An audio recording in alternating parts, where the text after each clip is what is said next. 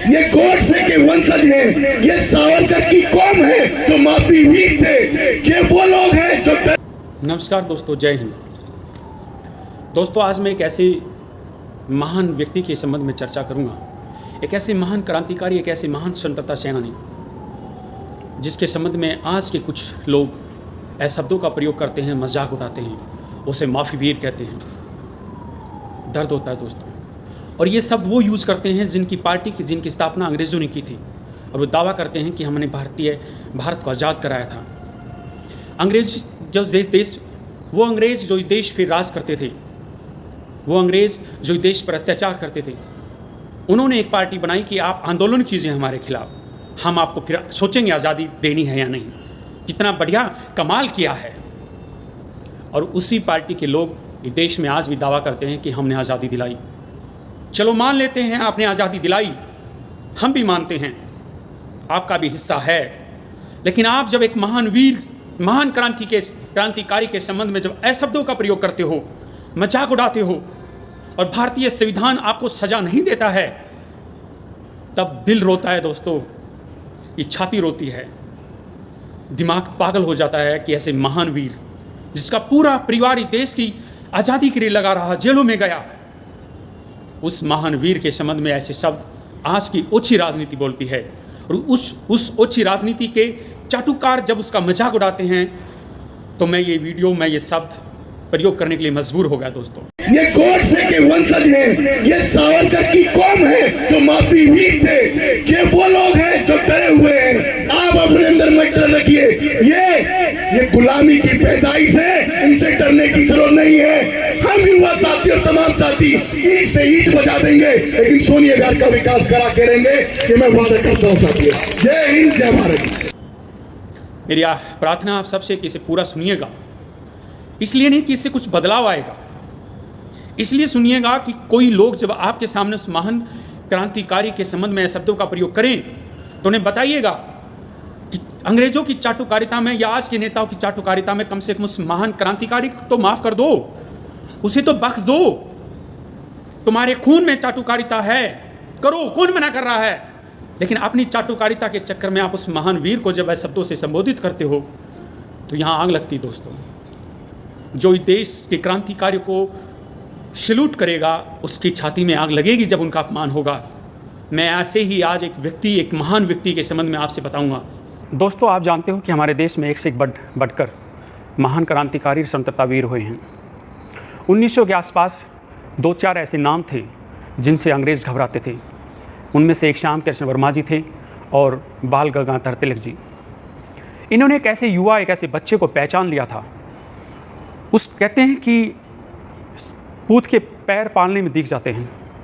उस युवा को इन महान स्वतंत्रता सेनानियों ने पहचान लिया और 1906 में उन्हें लंदन में बैरिस्ट्री करने भेजा। बैरिस्ट्री कराने का कोई मकसद नहीं था, सिर्फ एक मकसद था कि लंदन में जो भारतीय छात्र हैं, जो पढ़ते हैं, शिक्षा ले रहे हैं, उनमें देश के प्रति प्रेम जगाना था, उनमें देश के प्रति आज़ादी के लिए, लड़ाई लड़ने के लिए उनको प्रेरित करना था। इन महान वीरों का मानना था कि अगर लंदन में भी भारत की तरह आंदोलन चलेंगे, जो भारतीय छात्र हैं, तो अंग्रेज़ों पर बहुत ज़्यादा दबाव पड़ेगा। बैरिस्ट्री करने के लिए वीर सावरकर जी ने और श्याम कृष्ण वर्मा जी ने जिसे भेजा था, उसका नाम था विनायक दामोदर वीर सावरकर। ये वही महान वीर सावरकर है जिसे आज की ओछी राजनीति माफ़ी वीर बोलते हैं। मैं इसके संबंध में आपको बहुत कुछ बताऊंगा कि इन्होंने कैसे अकेले अंग्रेज़ों को परेशान किया। अब पूरी अंग्रेज़ सरकार इंग्लैंड और भारत तक इसके पीछे पड़ गई, कैसे इसे मारने, इसे दबाने की कोशिश की गई। मैं आज वो सब आपको बताऊंगा। मैं वो भी बताऊंगा कि किस कारण इन्होंने माफ़ी मांगी थी। और आप खुद सोचिएगा कि इन्होंने माफ़ी मांगने का जो प्लान किया था, वो स्वयं के स्वार्थ के लिए था या देश के लिए था। आप खुद निर्णय कीजिएगा दोस्तों। 1906 में वीर सावरकर जी लंदन गए। दोस्तों, उस समय बहुत बड़ी संख्या में भारतीय लंदन में पढ़ते थे। हमें परमिशन थी, वहाँ की सरकारी नौकरियों में भी बैठने की हमें परमिशन थी। यही कारण था कि हमारे महान नेता सुभाष चंद्र बोस जी भी वहाँ पे एक, जैसे अपने यहाँ भारतीय सिविल सर्विस है, वहाँ की जो अंग्रेज़ों की उस समय जो सर्विस थी, उसमें दूसरे स्थान पर रहे थे। वीर सावरकर जी 1906 में वहाँ पहुँचे और वहाँ के कॉलेजों में जितने भी भारतीय पढ़ रहे थे, उच्च शिक्षा प्राप्त कर रहे थे, उन सबको एकजुट किया और एकजुट करके उन्होंने भारतीय आंदोलन को वहाँ पे हवा देने के लिए काम किया। उन्होंने कहा कि साथ पढ़ते पढ़ते हमने कुछ ऐसे मांग यहाँ अंग्रेज़ी सरकार से करनी है, समय समय पर कुछ सेमिनार करने हैं, कुछ आंदोलन, कुछ ऐसी यात्राएं निकालनी है जिससे अंग्रेज़ों की सरकार में कुछ ऐसा जानकारी पहुँचे कि भारत में जो आंदोलन है वो इंग्लैंड तक पहुँच चुका है। इसके लिए फिर उन्होंने वहाँ अंग्रेज़ सरकार के खिलाफ भारतीय छात्रों को एक करके वहाँ पे कुछ प्लान किया। 1857 में एक क्रांति हुई थी जिसमें महान क्रांतिकारी मंगल पांडे जी को फांसी भी हुई थी। 1907 में इस क्रांति की 50वीं वर्षगांठ थी और उसी दौर में वीर सावरकर जी लंदन में थे। वीर सावरकर जी ने प्लान किया कि इंडिया हाउस में मैं एक सेमिनार का आयोजन करूंगा और इस सेमिनार में वे तमाम भारतीय छात्र शामिल होंगे जिनको उन्होंने भारत की आज़ादी के लिए एक किया था।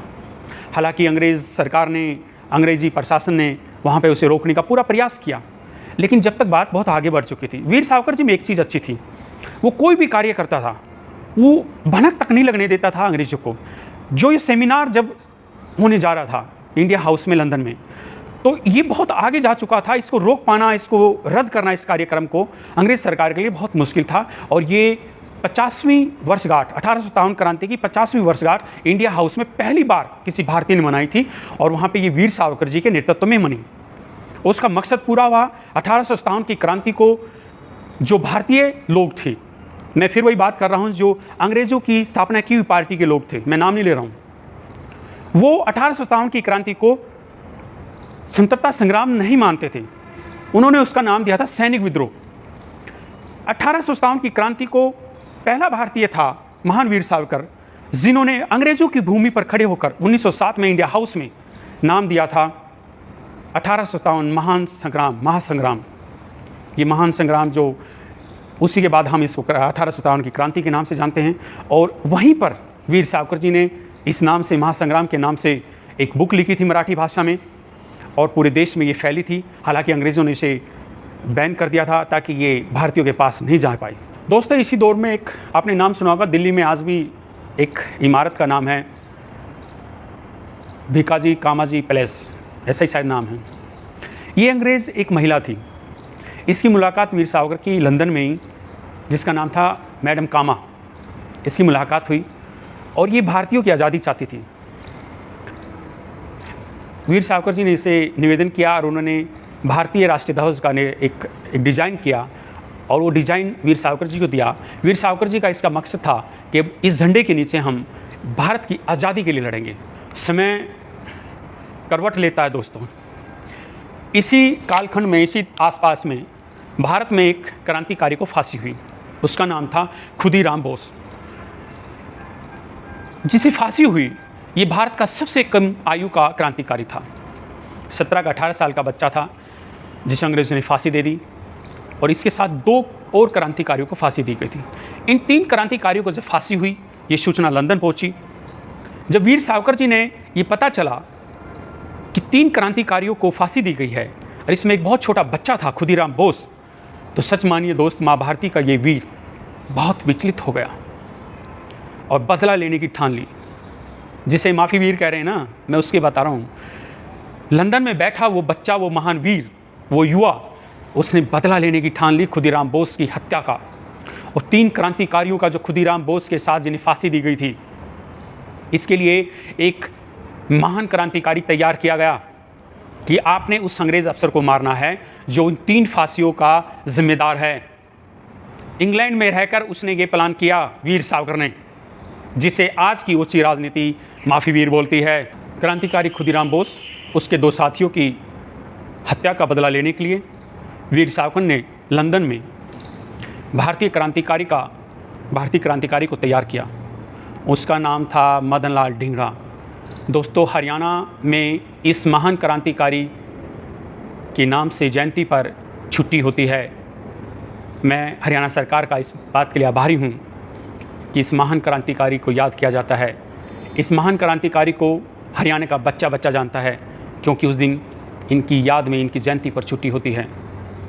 इसे पिस्टल उपलब्ध कराई और पिस्टल उपलब्ध कराकर इस क्रांतिकारी ने एक प्लान किया।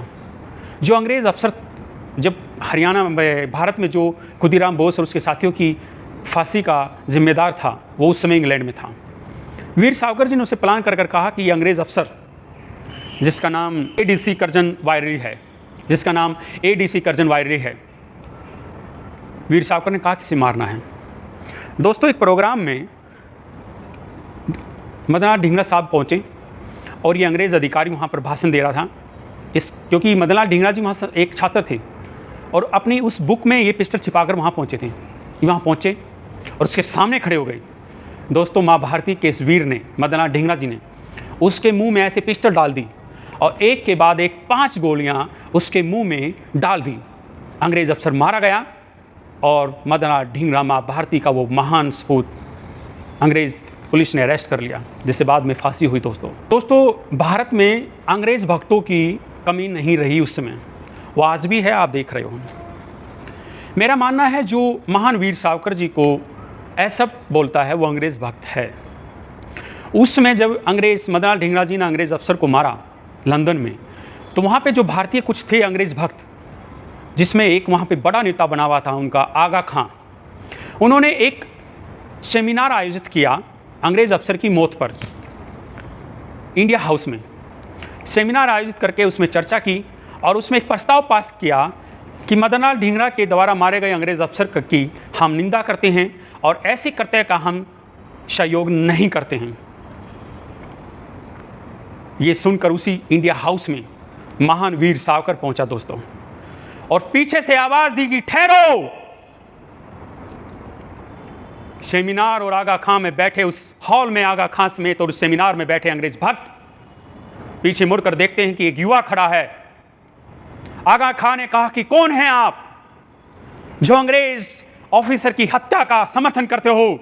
आगा खां के नेतृत्व में इंडिया हाउस में अंग्रेज़ अफसर की हत्या का विरोध किया गया और मदनलाल ढींगरा के कर्तव्य का एक स्वर से विरोध किया गया। उसी समय पीछे से एक आवाज़ गूंजी, उन्हें कहा कि मैं इस प्रस्ताव का विरोध करता हूं। आगा खां ने पूछा, कौन हैं आप जो अंग्रेजों की भूमि पर खड़ा होकर उनकी हत्या का विरोध करता है, समर्थन करता है। वीर सावरकर को आगा खां नहीं पहचानते थे। वीर सावरकर ने जवाब दिया कि मैं विनायक दामोदर वीर सावरकर इस हत्या का समर्थन करता हूं। वो हत्यारा था, उसने 17-18 साल के वीर बच्चे के समेत 3 क्रांतिकारियों को फांसी दी है भारत में। वो उसका गुनहगार था और मैं इस हत्या का समर्थन करता हूं। अंग्रेज़ों की भूमि पर उन्हें ही दोषी ठहराने वाला, उन्हें ललकारने वाला इंडिया हाउस में ये पहला भारतीय था दोस्तों, पहला भारतीय जिसने उनकी भूमि पर खड़ा होकर उनकी छाती पर कील गाड़ दी, उनको गोली मरवाने वाला वो वीर सावरकर पहला भारतीय था जिसने कहा कि मैं हत्या का समर्थन करता हूं। और पूरा इंडियन हॉल जो भारतीय अंग्रेज भक्तों से भरा हुआ था, जो हत्या के कर्तव्य का विरोध कर रहा था, उनमें मायूसी छा गई, उनकी जुबान बंद हो गई। दोस्तों 1910 में नासिक का एक कलेक्टर था कर्नल जेम्सन, इसकी हत्या हो गई। ये बहुत अच्छा अत्याचार लोगों पे कर रहा था, इसकी हत्या हो गई। इसकी हत्या का आरोप जो है वो एक भारतीय अनंत काहरे पर लगा, अनंत काहरे। और ये आरोप लगा कि अनंत को जो पिस्टल उपलब्ध कराई थी वो वीर सावरकर जी ने उपलब्ध कराई थी लंदन से, क्योंकि वीर सावरकर लंदन में थे, उसमें पढ़ रहे थे, बैरिस्ट्री कर रहे थे। अंग्रेज़ पुलिस ने उसे अरेस्ट कर लिया। जब उन्हें गिरफ्तार किया गया तो उन्हें भारत लाया जाए, पानी के रास्ते से, उन्हें समुद्री रास्ते से भारत लाया गया। ये उसी दौर का किस्सा है दोस्तों। आपने सुना होगा कि फ्रांस के पास से जब जहाज़ गुजर रहा था तो फ्रांस से करीब 50 किलोमीटर दूरी पर किसी भी बहाने से अंग्रेज़ों को धोखा देकर महान वीर सावरकर जी ने समुद्र में छलांग लगा दी और महान वीर सावरकर जी तैरकर फ्रांस पहुंच गए थे। लेकिन फ्रांस जहां जाना चाहते थे वहां नहीं पहुंच पाए। फ्रांस में पीछे पीछे अंग्रेज़ सिपाही भी एंट्री कर गए और उन्होंने वीर सावरकर जी को दोबारा पकड़ लिया, भारत लाया गया। भारत में उन पर मुकदमा चला, पुणे की जेल में रखा गया। 1910 में अंग्रेज़ न्यायालय ने उन्हें काले पानी की सज़ा दे दी, और काले पानी की सज़ा उन्हें उम्र भर की नहीं दी, 1 जन्म की नहीं दी, 2 जन्म की कारावास दी दोस्तों, कि इस जन्म भी रहना और अगले जन्म भी रहना। ये पहले भारतीय थे, पहले क्रांतिकारी थे जिन्होंने 2 जीवन की काले पानी की सज़ा मिली दोस्तों। काले पानी की सज़ा में उनको रखा गया बहुत छोटी सी कोठरी में रखा गया, मैं गया नहीं हूँ, जैसे भी हमने पढ़ा है या महान लोगों ने बताया है। कई दिन में उनको पानी मिलता था, रोटी भी कई दिन में मिलती थी, कोहलू चलाया गया, सूरज का दर्शन नहीं होते थे, अंदर ही उसको बंद रखता था, कई दिन में बाहर निकाला जाता था। जो भी यातनाएं उनको दी गई वो दी गई। शायद वो 10 या 11 साल काला पानी की सजा में रहे दोस्तों, और आजीवन की कारावास उनको मिली हुई थी। वो वहाँ पे समय बिता रहे थे। उनके साथ उनके भाई विनायक, गणेश, दामोदर भी थे, जो काले पानी की सज़ा में थे। दोनों भाई थे, लेकिन दोनों भाइयों को आपस में मिलने नहीं दिया जाता था। और शायद वीर सावरकर जी को मालूम नहीं था कि उनका भाई गणेश, दामोदर भी यहीं इसी जेल में बंद है, उन्हें नहीं मालूम था। ये सूचना वीर सावरकर जी तक पहुंची कि द्वितीय युद्ध शुरू हो गया और ब्रिटेन जो है वो लड़ रहा है। जब भी कोई देश लड़ता है तो एक जगह उलझ जाता है और वो धीरे धीरे कमज़ोर भी होता है, आर्थिक तौर पे भी, और उसका ध्यान हर जगह ध्यान देने की हैसियत नहीं बचती है। वीर सावरकर जी ने एक दिमाग लगाया कि कैसे भी वो अगर बाहर निकल जाएं तो अंग्रेज़ों की इस कमज़ोरी का लाभ उठाया जा सकता है। मैं कैसे भी भारतीय युवाओं को जगा कर, जो अंग्रेज़ सरकार भारत में कमज़ोर हो चुकी है क्योंकि वो द्वितीय युद्ध में बिजी थी, तो मैं इसका लाभ उठा सकता हूँ और भारत को आज़ाद कराने में लाभ हो सकता है। मैं आपको एक बात बताना चाहता हूँ दोस्तों, नेताजी सुभाष चंद्र बोस को आज़ाद हिंद फौज बनाने का जो बात कही थी या ये रास्ता दिखाया था, और उन्होंने बताया था कि जो सिंगापुर में या विदेशों में भारतीय जवान जो बंद हैं या जो लड़ने गए हुए हैं या वहाँ पे बंद हो रहे हैं, उन्हें आप अपनी सेना में भर्ती करो ताकि वो भारत के लिए लड़ें। दोस्तों, मैं महात्मा गांधी जी के वे लिखी हुई 4 लाइन आपको पढ़ के सुनाता हूँ। यंग इंडिया में ये लिखा था, यदि भारत इसी तरह सोता रहा तो मुझे डर है कि उसके 2 निष्ठावान पुत्र विनायक दामोदर सावरकर और उनके बड़े भाई गणेश सावरकर हाथ से चले जाएंगे। लंदन में मुझे सावरकर से भेंट करने का सौभाग्य मिला था। वे बहादुर हैं, चतुर हैं और देशभक्त क्रांतिकारी हैं।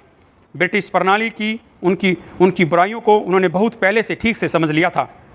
याद रहे, नज़रबंद सुभाष चंद्र बोस को भारत से बाहर जाकर ब्रिटेन में शत्रु देशों के सैनिकों के सहयोग लेने की सलाह सावरकर जी ही नहीं दी थी। दोस्तों, मैंने जो गांधी जी की लाइनें, लिखी हुई लाइनें पढ़कर बताई हैं, उसमें 2 शब्द आपने सुने होंगे जिसे हम राष्ट्रपिता कहते हैं। वो महान व्यक्ति अपने शब्दों में कह रहा है कि मुझे लंदन में वीर सावरकर जी से मिलने का सौभाग्य मिला है। शब्द यूज कर रहे हैं महात्मा गांधी जी, मुझे सौभाग्य प्राप्त हुआ उस महान व्यक्ति से मिलने का। आगे वो लिखते हैं, वीर सावरकर जी वो व्यक्ति हैं जिन्होंने अंग्रेज़ों की चाल, अंग्रेज़ों की जो कूटनीति है, उन्होंने मुझसे पहले समझ लिया है, इसलिए वो महान है। अगर उसे आज नहीं छुटाया गया, इस मौके पर उन्हें जेल से बाहर नहीं निकाला गया, तो भारत देश अपने 2 निष्ठावान बेटों को खो देगा। ये मेरे शब्द नहीं हैं, ये यंग इंडिया में लिखे गए वो लाइनें श्रीमान महात्मा गांधी जी की हैं, जिन्हें हम राष्ट्रपिता कहते हैं, जिन्हें हम पूजते हैं। उन महात्मा गांधी जी ने उन वीर सावरकर जी के लिए लिखा है। दोस्तों, टीवी डिबेट में आपने कई बार सुना होगा कि महात्मा गांधी जी ने सावरकर जी को एक पत्र लिखा था। उस पत्र में लिखा था कि जेल से बाहर आने का कोई रास्ता नहीं है और देश को आपकी ज़रूरत है। आप कैसे भी जेल से बाहर आइए, और जेल से बाहर आने का एक ही रास्ता है कि आप अंग्रेज़ों को ये लिखित में दे दें कि आप ऐसा कोई करता है उनके खिलाफ़ नहीं करेंगे, ताकि आप जेल से बाहर आ सकें। आपकी देश को ज़रूरत है। सावरकर जी ने इस बात को समझ लिया और उन्होंने अंग्रेज़ों को लिख कर दे दिया कि मैं आपके खिलाफ़ कोई काम नहीं करूँगा। द्वितीय युद्ध जो पूरी दुनिया अपने आपस में लड़ रही थी, वो जानते थे कि इसका लाभ उठाया जा सकता है। सावरकर जी इस बात को जानते थे कि मैं जब जेल में रहूँगा तो ये लाभ नहीं उठ सकता, मैं जेल से बाहर जाऊँगा तो मैं इसका लाभ उठाऊँगा। और जेल से निकलने के लिए उन्होंने लिख कर दिया था कि मैं आपके खिलाफ़ कुछ भी नहीं करूँगा जो आपके खिलाफ़ जाए, मुझे जेल से बाहर निकाला जाए। दोस्तों, आप इसे माफ़ी वीर कहिए या महान क्रांतिवीर कहिए, यह आपकी मर्जी है। मैंने वीर सावरकर जी का छोटा सा किस्सा, जीवन का आपको सिर्फ छोटा सा किस्सा बताया। दोस्तों, अगर आप वीर सावरकर जी के पूरे जीवन को पढ़ेंगे, उसके जीवन, उसके संघर्ष को पढ़ेंगे, उसके परिवार को पढ़ेंगे, तो आप खुद एहसास करेंगे कि आज जो उनको ऐसे शब्दों से संबोधित करते हैं, उनके लिए मजाक उठाते हैं, उनके लिए हंसते हैं, तो उनके प्रति आपके विचार क्या होंगे, आप सोच लीजिए। दोस्तों, जो वीर सावरकर जी के बड़े भाई गणेश दामोदर वीर सावरकर जी थे, वो उनकी हत्या हुई थी। मॉब लिंचिंग कह सकते हो। जब महात्मा गांधी जी की नाथूराम गोडसे ने गोली मारकर हत्या की तो ब्राह्मणों के खिलाफ एक आक्रोश फैल गया और महाराष्ट्र में हजारों ब्राह्मणों को मारा गया। दोस्तों उस भीड़ में जो मारा गया था उस संख्या में एक गणेश दामोदर सावरकर जी भी थे, जिनकी हत्या हुई थी मॉब लिंचिंग में। उस महान क्रांतिकारी की हत्या की गई थी दोस्तों। जैसे इंदिरा गांधी जी की हत्या हुई तो उसके बाद कुछ लोगों ने मिलकर सिख भाइयों के खिलाफ एक दंगा भड़काया और बड़ी संख्या में सिख भाइयों का नरसंहार कराया गया था, जिनका आज भी कोर्ट में केस चल रहा है इतने सालों के बाद। 1984 का जो केस था 2023 में भी उस मामले पर अभी कोर्ट में चर्चा चल रही है। आप सोचिए कि गांधी जी की हत्या करने वाला एक व्यक्ति था और उसकी हत्या का जो एक व्यक्ति ने जिसने हत्या की थी गांधी जी की, उसका जो नुकसान हुआ हजारों ब्राह्मणों को हुआ जिनकी हत्या कर दी गई, और उसमें महान क्रांतिकारी गणेश दामोदर जी की भी हत्या हुई थी। सावरकर जी के संबंध में यहाँ बात ख़त्म कर सकता हूँ मैं, लेकिन एक बात मैं पूछना चाहता हूँ दोस्तों। दुनिया में एक आतंक फैला हुआ है और वो आतंक कौन है आप सब जानते हो। भारत में भी बम ब्लास्ट होते थे, गोलियाँ चलती हैं, ताज हमला हुआ, आप सब जानते हो आतंक कौन है। और आतंक का धर्म क्या है, श्रीमान ट्रंप जी ने, जो पूर्व राष्ट्रपति अमेरिका जी ने बताया भी था। अंग्रेज़ों जो आतंकवादी हैं उनका धर्म श्रीमान ट्रंप जी ने, पूर्व राष्ट्रपति अमेरिका ने बताया भी था। दोस्तों दुनिया में कहीं भी बम ब्लास्ट होता है, भारत में होता है, तो हमारे जो पूर्व में अंग्रेज़ों के भक्त रहे, अंग्रेज़ों की बनाई हुई पार्टी के जो आज लोग हैं, वो कहते हैं कि आतंकवाद का कोई धर्म नहीं होता। ठीक है, धर्म नहीं होता, तुम कहते हैं तो मान लेते हैं हम। तो अगर आतंकवाद का धर्म नहीं होता तो महात्मा गांधी जी की हत्या तो एक व्यक्ति ने की थी, फिर तुमने उनकी जाति देखकर हजारों ब्राह्मणों की हत्या क्यों करा दी? इंदिरा गांधी जी की हत्या 2 लोगों ने की थी, फिर उनका धर्म देखकर आपने हजारों सिखों की हत्या, नरसंहार क्यों हुआ?